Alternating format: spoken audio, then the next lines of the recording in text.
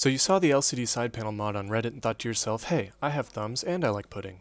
Well, if you have a soldering iron and like $50, you can make something similar, but different.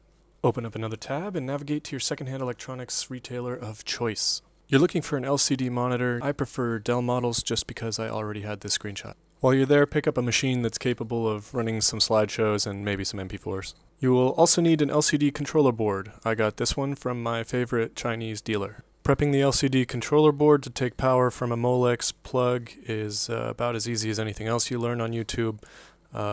Figure it out. Hide whatever you figured out under a ton of heat shrink tubing and move on to snapping the LCD screen as you remove it from its case. Order another LCD monitor and this time very carefully remove and tape it to the inside of the case you would like to have the LCD case mod on. Do not forget, and this is critical, to cut a hole in the side of the case where you would like to see the LCD screen.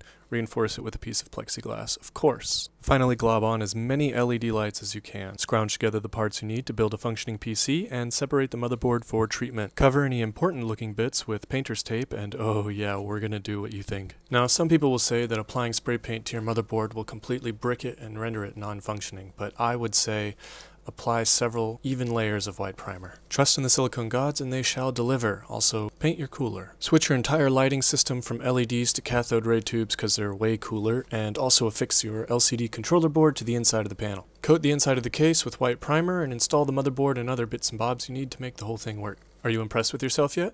Reattach the side panel, boot to Windows, and prepare a slideshow of high-definition images and short clips.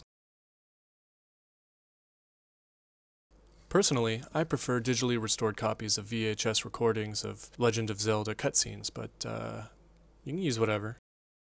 Anyway, this has been a simple and easy, straightforward guide to LCD side panel mod. Hope you enjoyed. Bye.